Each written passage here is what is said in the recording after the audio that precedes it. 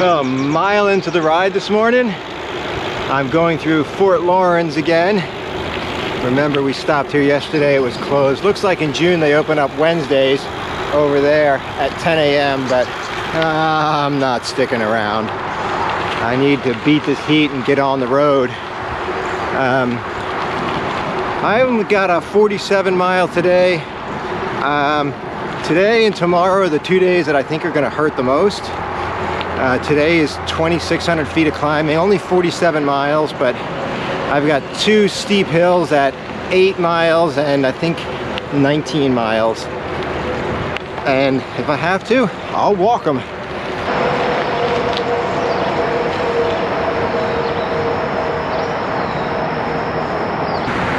This is part of the towpath trail that is the last 4 miles before I start getting back onto the roads for about 15 miles and then another trail. Takes us over Interstate 77, so really happy to be away from that highway noise. And now I'm just on a dirt and looks like cinder pathway, and this will take me down into Zoar. That's Lock 8 on the Ohio-to-Erie towpath.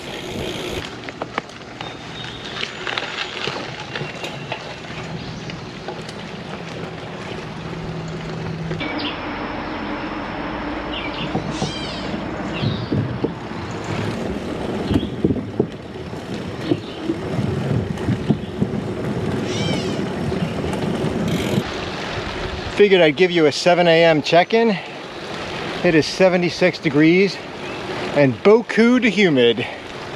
And the spiders were out on the trail, so I definitely broke a lot of webs going through there. Now heading into Zoar Village, see what this looks like, and then we'll get back on the trail.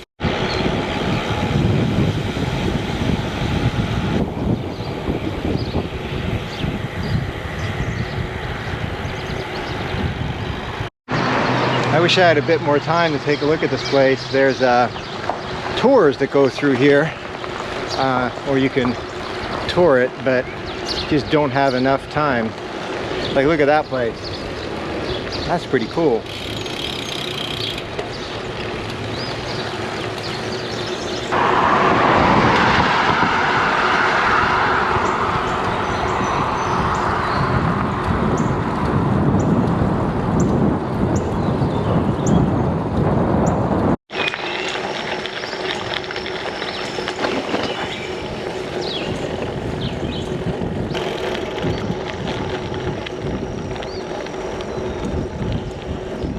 This is what this section of the day is like.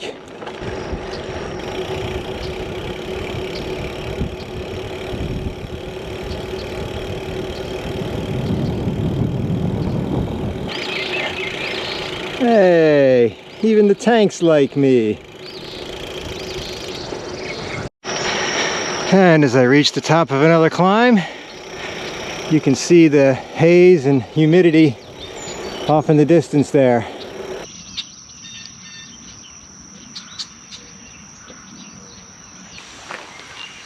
Taking a short break here, getting some Gatorade.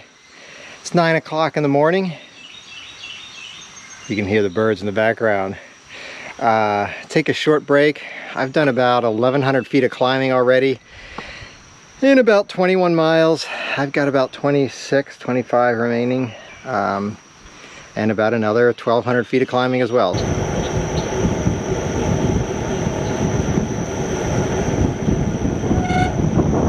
And with that, we're on gravel. It's just a small section of road here, but using the gravel and gravel bike.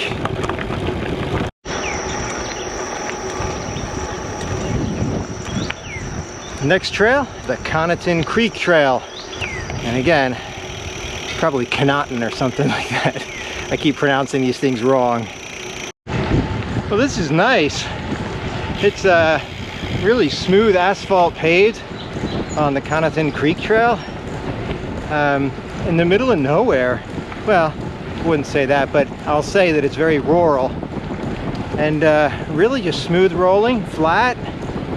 I've got this for maybe 9 miles, 10 miles.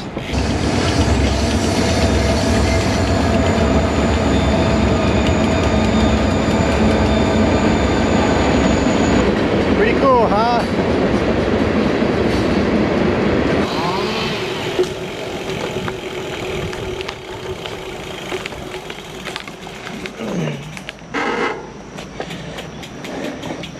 All right, let's see going around this one.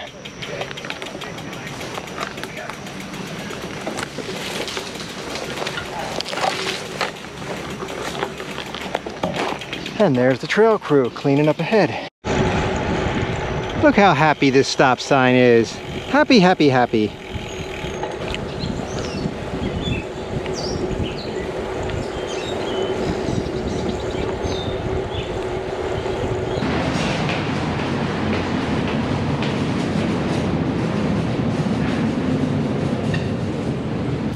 If you're ever in Cadiz, Ohio, and you figure, where am I gonna eat? Well, I'll suggest this, Timmy's Cafe. It's a repurposed church, which is really cool. They got lights on the ceilings, which is really cool. And the food is amazing. So they close at 2 o'clock in the afternoon, so best make it a lunch stop.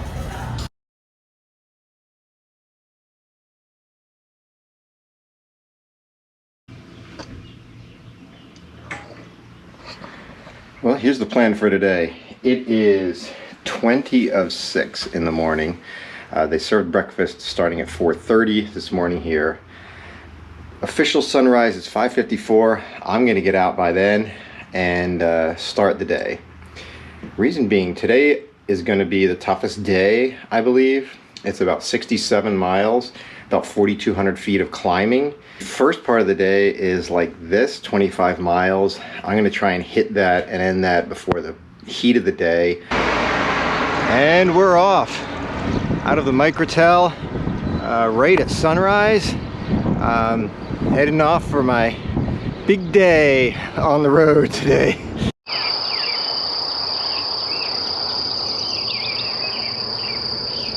You know, there's something magical about getting out at 6 a.m. It's not even just beating the heat, but it's quiet. The birds are announcing the day. You get to see the haze in the valleys, the sun just starting to light things up. Different lighting, very soft lighting. It's really peaceful. I'm glad I had this hour before people start waking up and it starts getting a little crazier. Oh, I figured I'd give you a 5.5 mile check-in point. It's been about 40 minutes to get here. It has been up and down as suspected. I've climbed 675 feet, so that's 675 feet that I don't have to climb later on today. It's been push bike. I'm trying to save my legs for some of them. Others I'm climbing, but these things are like 8 to 16% grade, so I'm taking it easy when I can.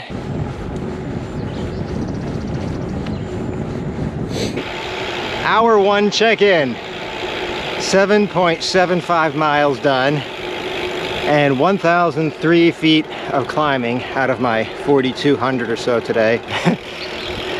Well, the good news is that's 7.7 miles behind me, so only about 60 miles to go to my destination, and probably about another 15 miles of this up and down, maybe a little less, and then it's a downhill run into the river and crossing the bridge. A little bit of gravel in the morning.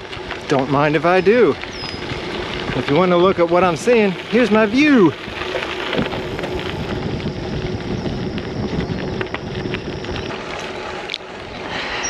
You know, this is kind of what my morning is like, but can't beat the view.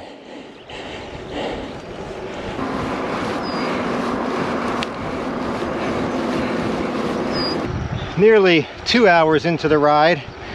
I'm 16 miles in. I've done about 1,800 feet of climbing. So I'm getting there. You can see I'm up on top of a ridge here. The valley's below me. It's been a good strategy so far this morning.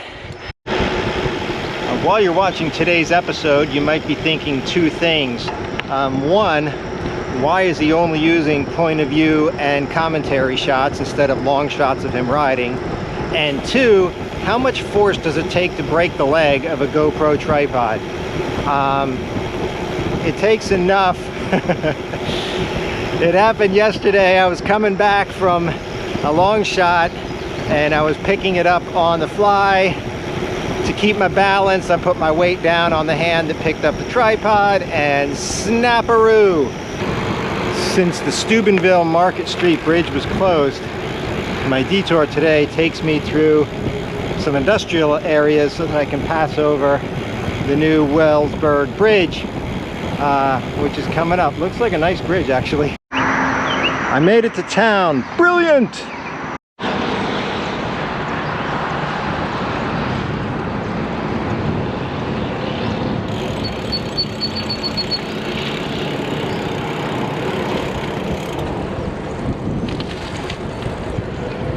Well, that's it for Ohio.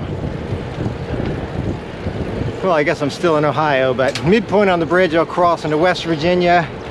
I'm there for maybe 15, 16 miles. So, Ohio was good. Nice heat wave, hot Ohio, and now I'm on my way.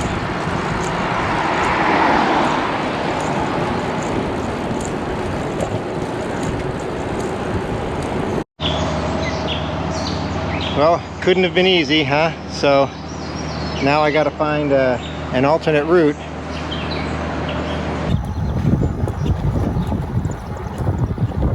Well, that's the big steep hill that I was going to hit today, and that was going to be the worst part of the day. And well, it was the toughest part of the day up to now.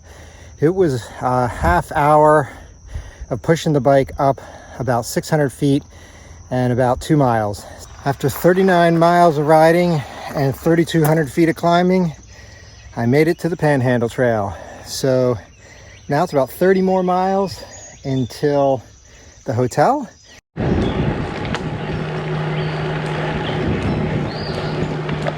That means I just crossed over into Pennsylvania. So goodbye, West Virginia.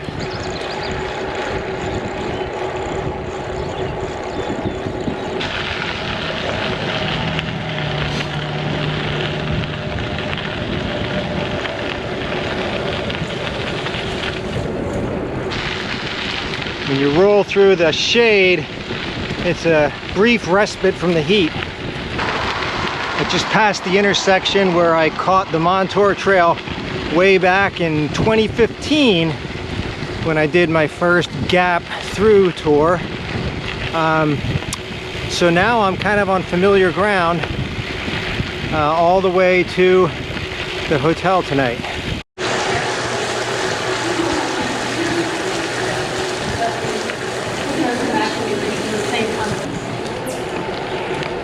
And that's a bonus tunnel on the Montour Trail. It's kind of fun. I think that's the coolest I've been all day.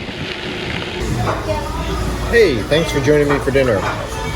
I've decided to recap the connection between the Ohio-to-Erie Trail and the Gap, because over 2 days and a lot of climbing and a lot of heat, I'm going to be starting the Gap tomorrow, and I'm going to kind of separate that into a different video. So it's possible to connect the two. My original plan was to take the Montour Trail out to the Panhandle Trail and then go through Steubenville, but the only bridge that bicyclists can cross, Market Street Bridge, has been closed since December with no date for reopening. 8 miles south, there's a Wellsburg brilliant bridge. That's the name of the town. I'm not just saying it's a brilliant bridge. It was a great bridge. It's brand new, but you have to detour down there and then come up along the West Virginia side. So cheers, guys.